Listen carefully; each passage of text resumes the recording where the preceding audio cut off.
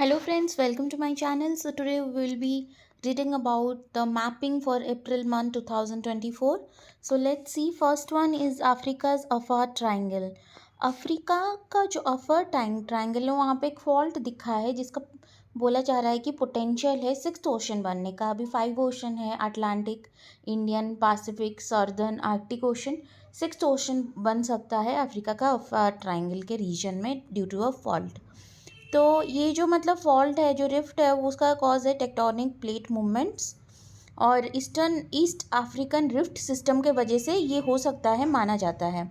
ये दो tectonic plates के सेपरेशन से बना है और मतलब कि इसमें क्या हो सकता है कि 5 से 10 मिलियन साल के बाद ये स्प्लिट होके यहाँ पे एक ओशन फॉर्म कर सकता है।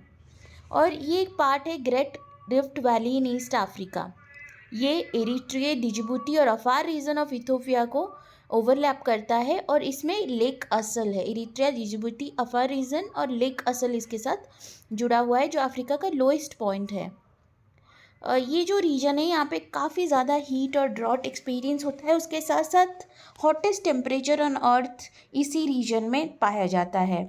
इसको बॉर्डर करते हैं Ethiopia plateau, Danakil block, Somali plateau और अली सेबे ब्लॉक, जैसे यहाँ पे हम लोग देख सकते हैं इस मैप में। फॉसिल साइट्स पे यहाँ पे है हदर और दिकिका, जहाँ पे ह्यूमन टूल कल्चर ये सब मिला है। तो ये अफ्रीकन प्लेट रहा, ये अरबियन प्लेट रहा, ये इंडियन प्लेट रहा, ये सारे प्लेट है। तो यहाँ पे मतलब कि लेक विक्टोरिया है, रेड सी है, तो सारे प्लेट्स को यहाँ पे दिखाया गया है। तो ये रिफ्ट वैली में पाया जाता है। यहाँ पे काफ़ी टेम्परेचर है, हीट है, डिजिबूटी, इरित्रिया और अफार रीजन ऑफ इथोपिया और लेक असल इसके साथ जुड़ा हुआ है। लेक असल सबसे लोएस्ट पॉइंट है। यहाँ हदर दिकिका जैसे फॉसिल साइट्स भी पाए जाते हैं। ये Ethiopia plateau, Danakil plateau, Somali plateau, Ali Sabieh block से बॉर्डर किया गया है। फिर हम देखते हैं कैम्बोडिया। कैम्बोडिया में काफ़ी ज़्यादा साइबर स्लेवरी हो रहा है और यहाँ पे साइबर स्कैम फैक्ट्रीज ओपन किए जा रहे हैं, जॉब्स के लिए प्रॉमिस करके लेके ये सब काम में लोगों को जुटा दिया जा रहा है। और इसके बाद कैम्बोडिया है कहाँ पे वो हम देखेंगे। कैम्बोडिया एक साउथ ईस्ट एशियन नेशन है, मैप में आप देख सकते हैं। उसके बाद हम ये देखेंगे कि इसका लैंडस्केप जो है वो लो लाइन प्लेन्स है, Mekong delta, mountains, gulf of Thailand coast line, ये सबसे मतलब कि जुड़ा हुआ है। यहाँ पे मतलब खेम्र खेम्र मेर खेमर एम्पायर का टेम्पल भी, मतलब कि एक टेम्पल है अंकोर वाट, जो कि खेमर एम्पायर द्वारा बिल्ड किया गया था। मतलब एक टेम्पल है अंकोर वाट जो कि खेमर एम्पायर के द्वारा बिल्ड किया गया था। ताइवान में अर्थक्वेक आया है और जिसका मैग्नीट्यूड है 7.2। तो ताइवान और जापान इतने प्रोन क्यों हैं अर्थक्वेक से, वो हम देखेंगे। क्योंकि ये मतलब कि इनका लोकेशन है टेक्टोनिक प्लेट बाउंड्रीज के आसपास, जो कि काफ़ी ज़्यादा प्रोन है अर्थक्वेक को। तो ये पैसिफिक रिंग ऑफ फायर जो काफ़ी ज़्यादा मतलब कि टर्बुलेंस वाला रीजन है, वहाँ पे ये लोग ये कंट्रीज़ प्रेजेंट है, जहाँ पे काफ़ी ज़्यादा टेक्टोनिक प्लेट्स कन्वर्ज करते हैं और इसके वजह से इनमें कोई भी बदलाव हो तो पूरे रीजन में मतलब कि अर्थक्वेक वगैरह आ सकता है। ताइवान है फिलिपीन सी प्लेट के बॉर्डर में, मतलब कि बाउंड्री में, फिलिपीन सी प्लेट और यूरेशियन प्लेट के बाउंड्री में। तो ताइवान जापान बहुत ज़्यादा है क्योंकि हम देखते हैं पैसिफिक रिंग ऑफ फायर के पास है। फिलिपीन सी प्लेट और यूरेशियन प्लेट के बॉर्डर में हमारा क्या है, ताइवान है। और जापान जो है वो पैसिफिक प्लेट, फिलिपीन सी प्लेट और यूरेशियन प्लेट के जंक्चर में है। इसी वजह से इनमें ज़्यादातर आता है अर्थक्वेक। रिंग ऑफ फायर क्या है, एक हॉर्स शू शेप्ड, आप इसमें देख सकते हो एक हॉर्स शू शेप्ड का है रीजन पैसिफिक ओशन में, जिसमें काफ़ी ज़्यादा वॉल्केनिक और सेस्मिक एक्टिविटी, अर्थक्वेक और वॉल्केन वाली एक्टिविटी दिखाई दे जाती है, क्योंकि यहाँ पे टेक्टोनिक प्लेट्स की कन्वर्जेंस होती है। तो इसमें 90% ऑफ वॉल्स अर्थक्वेक दिखाई देती है। और रिंग ऑफ फायर में काफ़ी ज़्यादा वॉल्केनोज भी है which are form due to subduction, जहाँ पे एक टेक्टोनिक प्लेट दूसरी टेक्टोनिक प्लेट के नीचे आ जाता है, जिसकी वजह से वॉल्केनिक इरप्शन होता है। फिर हम देखते हैं कि सितवे पोर्ट, ये कहाँ पे, ये म्यांमार में है सितवे पोर्ट। और इसमें मतलब कि इंडिया को अभी वहाँ पे ऑपरेशन करने का राइट्स मिला है। ये सेकेंड ओवरसीज पोर्ट होगा इंडिया के लिए आफ्टर चबार पोर्ट इन ईरान। फिर हम देखते हैं कि सितवे पोर्ट जो है वो India ports global, ministry of external affair ने ये प्रपोजल को अप्रूव किया है फॉर इंडिया पोर्ट्स ग्लोबल और इसको मतलब कि कालाधन रिवर के ऊपर ये है। तो सितवे पोर्ट जो है वो कालाधन रिवर के इस्चुअरी में लोकेटेड है। ये डीप वाटर पोर्ट है। और कालाधन मल्टीमोडल ट्रांजिट ट्रांसपोर्ट प्रोजेक्ट भी एक है यहाँ पे, कोलकाता टू सितवे। फिर Zaporizhzhia nuclear power plant कहाँ है? ये यूक्रेन में है। ये एक बार प्रीलिम्स में आया भी था यूपीएससी का। अब इंटरनेशनल एटॉमिक एनर्जी एजेंसी ने कंफर्म किया है कि यहाँ पे जो मतलब कि the damage but stated that nuclear safety remains intact. एक ड्रोन अटैक हुआ है यहाँ पे, लेकिन मतलब कि जो इंटरनेशनल एटॉमिक एनर्जी एजेंसी ने बोला है कि हाँ डैमेज हुआ है लेकिन सेफ्टी है, न्यूक्लियर सेफ्टी है वहाँ पे। जापोरिजिया एक लार्ज न्यूक्लियर प्लांट है यूरोप का, यूक्रेन में, on the banks of Dnipro और Dnieper river which drains into the Black Sea. Dnipro and Dnieper river drains into Black Sea. Zaporizhzhia is located in the banks of this river. It is the largest nuclear plant in Europe, or it is present in Ukraine. It is currently under the control of Russian forces. Ukraine कहाँ पे? Eastern Europe में है Ukraine. ये second largest European country है after Russia. इसको कौन कौन border करते हैं वो हम देख लेंगे। बेलारूस बॉर्डर करता है, इसको पोलैंड बॉर्डर करता है, इसको स्लोवाकिया बॉर्डर करता है, इसको हंगरी बॉर्डर करता है। ये सब वेस्ट में बॉर्डर करते हैं इसको। बेलारूस इसको नॉर्थ में बॉर्डर करता है, स्लोवाकिया, हंगरी और हमारा पोलैंड जो है वो वेस्ट में बॉर्डर करते हैं। रोमानिया, मोल्डोवा साउथ वेस्ट में बॉर्डर करते हैं। और sea of Azov south and south east में बॉर्डर करता है। फिर हम देखते हैं कि बोट्सवाना जो है, बोट्सवाना के प्रेसिडेंट ने मतलब कि ये थ्रेटनिंग दिया है कि वो 20,000 एलिफेंट को जर्मनी को एक्सपोर्ट कर देंगे in response to Germany's proposal for stricter limit on import of hunting trophies के मतलब कि जो अभी इम्पोर्ट किया जा रहा है उसके ऊपर लिमिट्स लगा दिया जर्मनी ने। तो बोट्सवाना मतलब कि वहाँ पे बहुत ज़्यादा एलिफेंट पॉपुलेशन है। और इस मतलब वहाँ पे ट्रॉफी हंटिंग का मतलब क्या है कि killing wild animals for trophies like head, Heights, other body parts for souvenir और डिस्प्ले। और बोट्सवाना कहाँ पे? इट इज़ सॉर्दर्न अफ्रीका में है। ये बॉर्डर करता है नाम्बिया को। इसके साउथ में है साउथ अफ्रीका, इसके वेस्ट में है नाम्बिया, इसके नॉर्थ वेस्ट में है अंगोला, मतलब नॉर्थ में बोल सकते हो अंगोला जाम्बिया है, वेस्ट में है नाम्बिया, वेस्ट में नाम्बिया, अंगोला जाम्बिया नॉर्थ में साउथ अफ्रीका और जिम्बाब्वे इसके ईस्ट में है। अब हम देखते हैं भारतीय स्टेशन अंटार्कटिका में है। अंटार्कटिका में काफ़ी सारे रिसर्चर जाके रिसर्च करते हैं, तो हमें बस ये याद रखना है भारतीय स्टेशन है कहाँ पे। ये इंडिया का 3rd अंटार्कटिक रिसर्च स्टेशन है एलोंगसाइड मैत्री कमीशन बाय इंडिया। ये कहाँ पे लोकेटेड है? लार्सेमान हिल्स में लोकेटेड है। अब जिम्बाब्वे का लेक करीबा कहाँ पे? जिम्बाब्वे में है। ये जाम्बिया और जिम्बाब्वे के बीच में लोकेटेड है।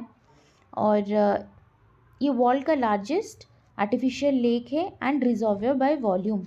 और जाम्बिया एक लैंडलॉक्ड कंट्री है। इसको कौन कौन बॉर्डर करता है? इसको बॉर्डर करते हैं हमारा बोट्सवाना, जाम्बिया। जिम्बाब्वे एक लैंडलॉक्ड कंट्री है, इसको बॉर्डर करते हैं जाम्बिया, बोट्सवाना, मोजाम्बिक और साउथ अफ्रीका। और नगोर्नो कराबाख एक रीजन है अजरबैजान में, जिसके वजह से अजरबैजान आर्मेनिया में काफ़ी कन्फ्लिक्ट लगा था। ये कन्फ्लिक्ट रीजन है आर्मेनिया अजरबैजान के बीच में, ये हम देख सकते हैं ये रीजन। अरल सी सेंट्रल एशिया में है। उसका काफ़ी ड्राइंग हो गया है, जिसके वजह से अरलकुम डिज़र्ट का इमर्जेंस हुआ है। उस रीजन काफ़ी डस्टियर हो रहा है। अरल सी एक लार्ज सॉल्ट वाटर लेक था, एक इंडोरिक लेक था, मतलब एक क्लोज बेसिन लेक जो वाटर को रिटेन करता था, उसका कोई आउटफ्लो नहीं था। अरल लेक एक लार्ज सॉल्ट वाटर लेक था जो इंडोरिक लेक था, मतलब वाटर को रिटेन करता था, कोई आउटफ्लो नहीं था। वो सेंट्रल एशिया में था। अभी वो कजाकिस्तान उज़्बेकिस्तान के बाउंड्री में है। अभी वो श्रंक कर के ह्यूमन एक्टिविटीज़ की वजह से अरलकुम डिज़र्ट का इमर्जेंस हो गया है। इसको वर्ल्ड का 4th लार्जेस्ट लेक बोला जाता था। यूनेस्को इसको रिकॉग्नाइज़ किया था कि एनवायरमेंटल ट्रेजेडी के वजह से अरल सी का ऐसे डिस्ट्रक्शन हो रहा है। और काफ़ी मतलब लेक हामोन और लेक उर्मिया जो ईरान में है, और लेक हामोन जो कि ईरान अफगानिस्तान बॉर्डर में है, ये भी श्रंक करने लगे हैं। मैप में हम देख सकते हैं अरल सी।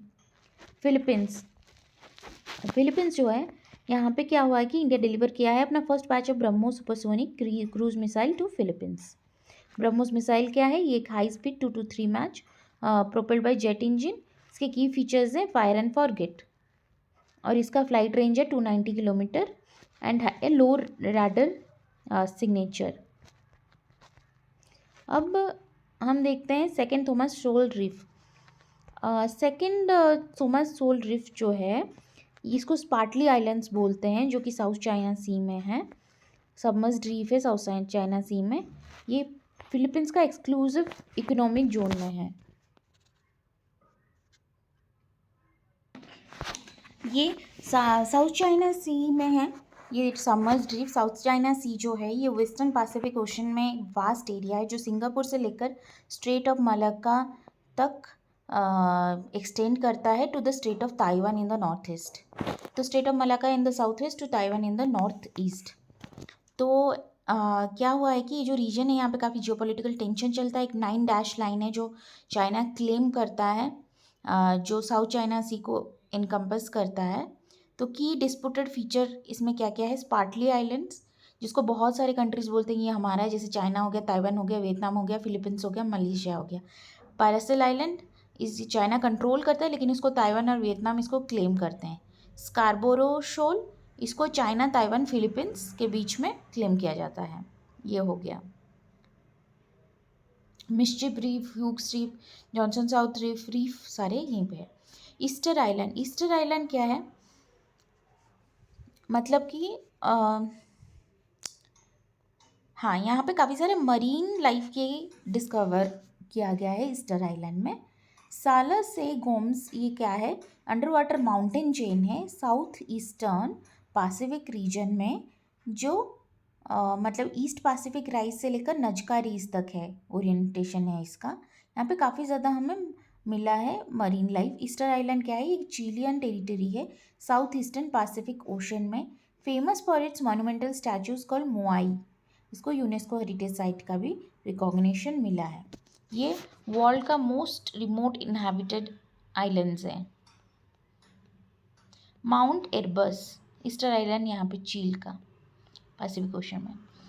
माउंट एरबस कहाँ पे है? अंटार्कटिका में। It is raining gold on earth, क्योंकि यहाँ पे गोल्ड पाया जाता है डेली 80 ग्राम्स का। Gold is being formed in the volcano. Mount Erebus का जो मतलब कि एक अंटार्कटिक वल्केनो है, वहाँ से गोल्ड फॉर्म होकर बाहर आ रहा है, तो उसी को इसलिए बोल रहे हैं स्टेनिंग वल्केनो। ये रॉस आइलैंड अंटार्कटिका में है। ये टॉलेस्ट एक्टिव वल्केनो है। अब हम देखते हैं सेंजन एरियाज।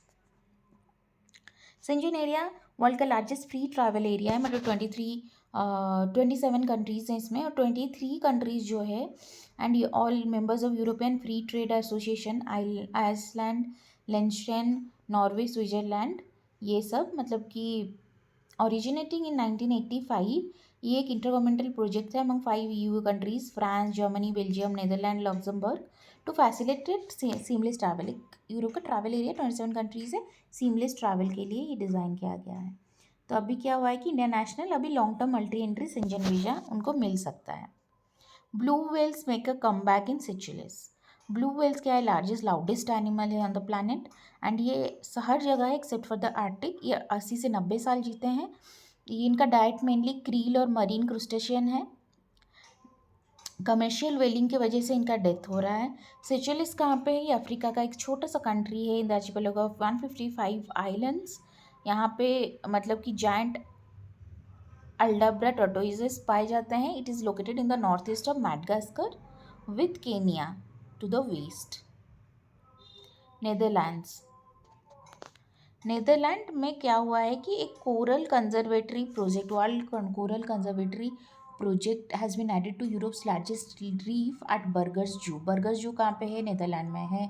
वहाँ पे कंजर्वेटरी प्रोजेक्ट स्टार्ट हुआ है, और ये मतलब कि वर्ल्ड का कोरल कंजर्वेटरी प्रोजेक्ट जो है वो मोनाको में स्टार्ट किया गया था 2019 में, और इसमें कोरल स्पीशीज़ के कंजर्वेशन के लिए। वर्ल्ड एनर्जी काउंसिल क्या है, 1923 में स्टार्ट हुआ था। इसमें मतलब रिलायबल एनर्जी और क्लीन एनर्जी को एक्सेस के लिए ये है, एनर्जी ट्रांजिशन को। नीदरलैंड को हम हॉलैंड भी बोलते हैं। ये कंट्री है नॉर्थ वेस्ट यूरोप में। अब हम देखते हैं कच्चा चीवू आइलैंड। ये मतलब इंडिया और श्रीलंका के बीच का एक आइलैंड है, located in the narrow pack straight. ये आइलैंड को ट्रांसफ़र कर दिया था 1974 में इंडिया ने श्रीलंका को। और इसके वजह से क्या होता है, इंडियन फिशरमैन इस आइलैंड के अराउंड फिशिंग कर सकते थे। Indian pilgrims Catholic shrine located on this island, वहाँ पे भी जा सकते थे। 1976 में मतलब इकोनॉमिक एक्सक्लूसिव इकोनॉमिक जोन और मैरीटाइम बाउंड्रीज डिक्लेयर हुए, उसके वजह से फिशरमैन को रेस्ट्रिक्ट कर दिया गया। अभी इसके ऊपर काफ़ी ज़्यादा प्रॉब्लम चल रहा था। पारादीप पोर्ट ये कहाँ पे है, ये पारादीप पोर्ट जो है उड़ीसा में है, इन जगतसिंहपुर। तो ये मतलब कि Mahanadi river and bay of Bengal का कन्वर्जेंस जहाँ पे होता है वहीं पे लोकेटेड है। पारादीप पोर्ट ट्रस्ट है उसको चलाता है। ये first major port of east coast बोला जाता है। और अभी ये मतलब top cargo handling major port बन गया है, surpassing Deendayal port in Kandla. भारत में अभी 13 मेजर सी पोर्ट्स है और 205 माइनर एंड इंटरमीडिएट पोर्ट्स है। कुम्मीतिपति विलेज, कोयम्बटूर, तमिलनाडु। एक रॉक पेंटिंग पाया गया है कुम्मीतिपति विलेज में। और यहाँ पे कोंगू रीजन मतलब प्री हिस्टोरिक कोंगू रीजन के बारे में, जिसमें एलिफेंट है, चैरियट है, लाइफ्स ऑफ अर्ली इनहैबिटेंट है। भीमबेटका कहाँ पे है, मध्य प्रदेश। एडकल कहाँ पे, caves Kerala, Wayanad, Neolithic site है। रॉक शेल्टर ऑफ पदबयल, ये भी केरला, वायनाड। फिर rock art complex of Lakhudiyar, ये है उत्तराखंड। फिर रॉक साइट ऑफ चतुर्भुजनाथ नला, ये छत्तीसगढ़। कोंगू रीजन क्या है, some parts of Karnataka and Kerala. It is a region of Tamil Nadu and some parts of Karnataka and Kerala. तो इस रीजन को हिस्टोरिकली चेराज रूल करते थे, फिर चोलस और विजयनगर एम्पायर और मदुराई नायक्स आए। Kongu region. Khavda solar park, Khavda solar park कहाँ है, गुजरात कच्छ में है ये सोलर पार्क। फिर हम देखते हैं मधुमलाई टाइगर रिजर्व, तमिलनाडु। यहाँ पे एशियाटिक वाइल्ड डॉग्स पाए जाते हैं, रेड उल्फ पाया जाता है, रेड उल्फ या माउंटेन उल्फ। मैंगे डिजीज़ क्या है, ये एक स्किन डिजीज़ है जो माइट इन्फेस्टेशन के वजह से होता है।